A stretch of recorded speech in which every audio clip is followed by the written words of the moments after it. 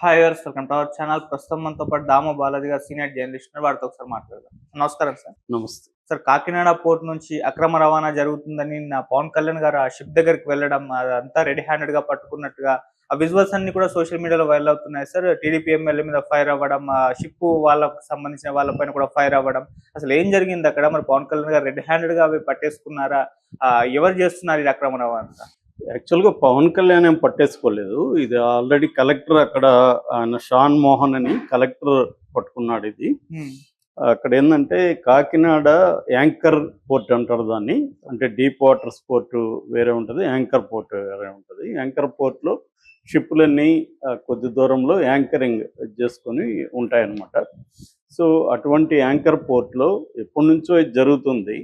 గతంలో కూడా పవన్ కళ్యాణ్ కావచ్చు, తెలుగుదేశం వాళ్ళు కావచ్చు, అనేక సార్లు ఇక్కడ నుంచి అక్రమ రవాణా జరుగుతుందని కాకినాడ ఎమ్మెల్యేగా ఉన్న ద్వారంపూడి చంద్రశేఖర్ రెడ్డి, ఆయన పేరే బిఎం రెడ్డి అని కూడా ఆయన పేరు పెట్టారు. ఆయన ఎప్పటి నుంచో చేస్తున్నాడని గతంలో కూడా వీళ్ళందరూ విమర్శించారు. ఓకే. అయితే ఇప్పుడు కూటమి ప్రభుత్వం వచ్చి 5 నెలలు అయినా కూడా ఎందుకు అరికట్టలేకపోతున్నారు అనేది ప్రధానమైన అంశం ఇక్కడ. ఎందుకంటే already civil supplies minister Nadendla Manohar కూడా 2-3 సార్లు లాస్ట్ మంత్లో కూడా అక్టోబర్లో కూడా పట్టుకున్నాడు. సో ఇప్పుడు ఏంటంటే నాదెండ్ల మనోహర్ కూడా ఏమీ చేయలేని పరిస్థితిలో పవన్ కళ్యాణ్కి చెప్పాడని, సో పవన్ కళ్యాణ్ స్వయంగా రంగంలోకి దిగి దీని అంతేదో తేల్చాలని నిన్న కాకినాడకి వెళ్ళాడు. ఆల్రెడీ అక్కడ స్టెల్లా ఎల్ అనే షిప్లో ఇవన్నీ ఉన్నాయి. అక్కడ కలెక్టర్ పట్టుకున్నాక అక్కడే పెట్టారు. సో దాన్ని చూడడానికి వెళ్ళాడు పవన్ కళ్యాణ్. చూసి విచారించడానికి అసలు ఏంటి, దీని ఎవరు ఇచ్చేశారు, దీంట్లో పీడిఎస్ అంటే మన పబ్లిక్ డిస్ట్రిబ్యూషన్ సిస్టమ్, అంటే రేషన్ షాపుల నుంచి వచ్చే బియ్యం, రేషన్ బియ్యం అంటారు. ఆ రేషన్ బియ్యం ఎంత ఉంది, అసలు ఇదంతా ఎవరు దీన్ని తీసుకెళ్తున్నారు, అధికారులు ఏం చేస్తున్నారు, ఇవన్నీ చేయడానికి నిన్న పవన్ కళ్యాణ్ తర్వాత ఆయనతో పాటు ఇటు వనమాడి వెంకటేశ్వరరావు, ఆయన కొండబాబు అంటారు, ఎమ్మెల్యే కాకినాడ, ఆయన వెళ్ళారు. ఆయన తెలుగుదేశం ఎమ్మెల్యే. దాని తర్వాత కలెక్టరు, డిఎస్పి, తర్వాత అక్కడ సివిల్ సప్లైస్ చైర్మన్ సుధీర్, తర్వాత డిఎస్ఓ అంటే సివిల్ సప్లైస్కి అక్కడ ఆఫీసరు ఆయన ఎంఐ ప్రసాద్, వీళ్ళందరూ అక్కడికి వెళ్ళారు.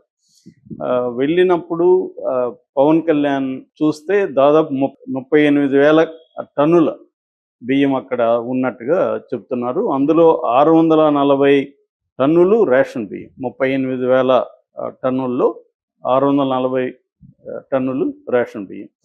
సో ఇది ఎక్కడి నుంచి ఎలా వచ్చింది అనేదానికి పవన్ కళ్యాణ్ నిన్న కొన్ని విషయాలు షాకింగ్గా ఉంది. ఆయన వెళ్ళి చెప్పిన విషయాలు అదేంటంటే, ఆయన 2 నెలల నుంచి ట్రై చేస్తుంటే వెళ్ళడానికి ఆపుతున్నారనేది ఒకటి చెప్పాడు. ఎవరు ఆపుతున్నారనేది చెప్పలేదు. అట్లాగే ఇప్పుడు 2 రోజుల నుంచి రావద్దండి, మెసేజ్లు విపరీతంగా వస్తున్నాయి, దాదాపు 10,000 మంది జీవితాలు దీంతో ముడిపడి ఉన్నాయి, మీరు వాళ్ళందరి జీవితాలను నాశనం చేస్తారు, రావద్దని మెసేజ్లు వస్తున్నాయి అన్నాడు. ఆ మెసేజ్లు ఎవరు పెట్టారో చెప్పలేదు. దాని తర్వాత నేను షిప్లోకి వెళ్తానంటే కూడా ఈ అధికారులు ఇక్కడ అడ్డుకుంటున్నారు అన్నాడు. మరి ఒక డిప్యూటీ సీఎంనే అడ్డుకుంటే ఇంకా వేరే వాళ్ళ పరిస్థితి ఏంటన్నాడు. మరి ఎవరు అడ్డుకున్నారు, వాళ్ళ మీద చర్యలు ఏంటి అనేది చెప్పలేదు. ఓన్లీ సివిల్ సప్లైస్ సంబంధించిన డిఎస్ఓ ఎంఈ ప్రసాద్ మీద మాత్రమే చర్య తీసుకున్నారు. అతను తప్పించి డిసిఎస్ఓ లక్ష్మికి ఆ బాధ్యతలు అప్పగించారు. అట్లాగే ఎస్పీ లీవ్ పెట్టాడు. నేను ఎప్పుడు వచ్చినా ఎస్పీ లీవ్ ఎందుకు పెడుతున్నాడు అని కూడా అన్నాడు పవన్ కళ్యాణ్. దాని తర్వాత ఇది ఎవరిది అని అడిగినప్పుడు ఆ పోర్ట్ ఇన్ఛార్జి ధర్మశాస్త్ర, ఆయన పేరు, ఆయన ఏం చెప్పాడంటే, సార్ ఇది వీటన్నిటికీ నో అబ్జెక్షన్ ఉన్నాయి, ఎన్ఓసి ఉంది, ఇది ఇల్లీగల్గా వెళ్ళట్లేదని ఆయన చెప్పాడు. దాంతో ఎన్ఓసిది ఏముంది, మత్తు పదార్థాలు కూడా ఎన్ఓసి తీసుకొని వెళ్తే అలో చేస్తారా అని క్వశ్చన్ చేశాడు. సో అట్లాగే ఈ వనమాడి వెంకటేశ్వరరావు, కొండబాబును కూడా చాలా గట్టిగా నిలదీసి, నువ్వేం చేస్తున్నావు ఇక్కడ, నీకు తెలియకుండా జరుగుతుందా, ఇది ఒకప్పుడు మనం విమర్శించాం కదా, ఇప్పుడు కూడా ఇలా జరిగితే ఎలాగన్నాడు. ఇది ఆయన చేసిన ఇది నిన్నంతా కూడా. అట్లాగే ఆయన అనేక ఆరోపణలు కూడా చేస్తున్నాడు. అదేంటంటే మొత్తం పోర్టు, ఇంత పెద్ద పోర్టులో కేవలం 16 మంది మాత్రమే సిబ్బంది ఎందుకున్నారు అనేది ఆయన ఆరోపణ. సో ఇలాగా ఆయన చాలా ఆరోపణలు చేశాడు. ఒకటి, ఆ ఎమ్మెల్యే సరిగా పనిచేయలేదు, తెలుగుదేశం ఎమ్మెల్యే. 2, ఆ పోర్టు అధికారులు బాధ్యతగా లేరు.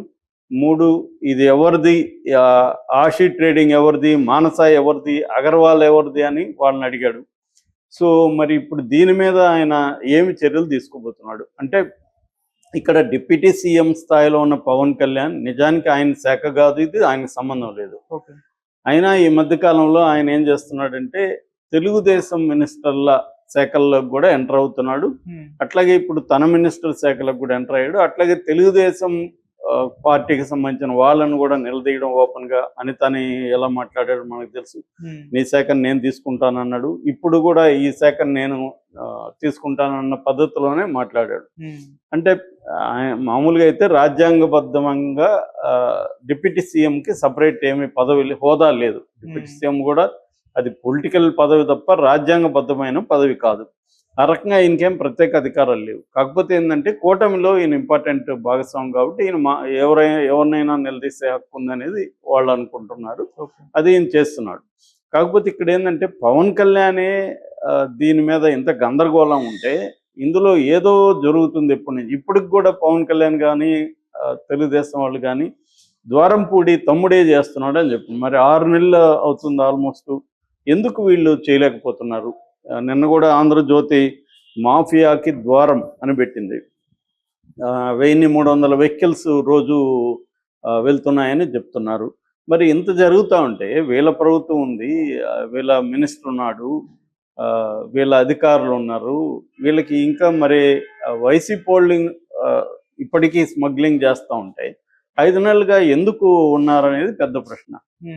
నిన్న మొన్న కూడా నెల్లూరు జమీన్ రైతులు కూడా అక్కడ మైన్స్ అటవీ దీంట్లో పెద్ద ఎత్తున స్మగ్లింగ్ జరుగుతుందని రాశారు. అన్ని చోట్ల చాలా చోట్ల ఈనాడు కూడా మధ్య ఇసుక కుంభకోణంలో ఒకటి ఇప్పటికి కూడా వైసీపీ వాళ్ళు చాలా చోట్ల చేస్తున్నారని. అంటే ఆల్రెడీ వీళ్ళకి ఒక మెకానిజం ఉంటుంది, వీళ్ళు చేయగలిగిన పరిస్థితి ఉంటుంది. దీన్ని చేసి అక్కడున్న తెలుగుదేశం వాళ్ళకి వాటా ఇస్తున్నారనేది ఆంధ్రజ్యోతి ఈనాడు లాంటి తెలుగుదేశం పత్రికలు కూడా ఆరోపిస్తున్నాయి. అంటే ఇదేంటంటే ప్రభుత్వాలు మారుతున్నాయి కానీ దోపిడీ మారట్లేదు అన్న విమర్శ తెలుగుదేశం మీడియా నుంచి కూడా బలంగానే వస్తుంది. ఇది చంద్రబాబుకి ఇబ్బంది అనేది వాళ్ళ ఆవేదన. అందులో వాస్తవం ఉంది. ఎందుకంటే చంద్రబాబు వీళ్ళని కంట్రోల్ చేయడంలో కొంత దాని ఏమంటారు మెతక వైఖరి ఇది ఉంది. ఆయన గట్టిగా మాట్లాడుతున్నాడు, వార్నింగ్లు ఇస్తున్నాడు కానీ ఎవరు వినట్లేదు. మనం చూసాం కదా బూడిదకు సంబంధించి ఎట్లా జేసీరి ప్రభాకర్ రెడ్డి తర్వాత ఆది నారాయణ రెడ్డి వీళ్ళిద్దరూ ఎలా కొట్టుకుంటున్నారు. అంటే క్లియర్గా ఏంటంటే ఇప్పుడు అన్ని వనరులలో దోపిడీ అనేది మొదలైంది అనేది మనకు కనబడుతుంది. అయితే పవన్ కళ్యాణ్ ఎందుకు ఇలా చేస్తున్నాడు? నిజానికి ఆయన ఏం చేయాలి? దానికి సంబంధించిన మంత్రి ద్వారానే చేయించాలి. అప్పుడే ఆ మంత్రికి విలువ ఉంటుంది. ఈయన మంత్రిని ప్రశ్నిస్తూ ఉంటే ఆ మంత్రులకి విలువ ఉండదు. ఈయన ఏదో ఒక షాడో గవర్నమెంట్ నడుపుతున్నట్టు కనిపిస్తుంది. అంటే పవన్ కళ్యాణ్కి ఏమన్నా అజెండా ఉందా? తెలుగుదేశం వాళ్ళకి ఒక ప్రతిపక్షం లాగా. ఎందుకంటే జగన్ ఇట్లాంటి పనులు చేయాలి, జగన్ చేయట్లేదు. జగన్ వాదల్లో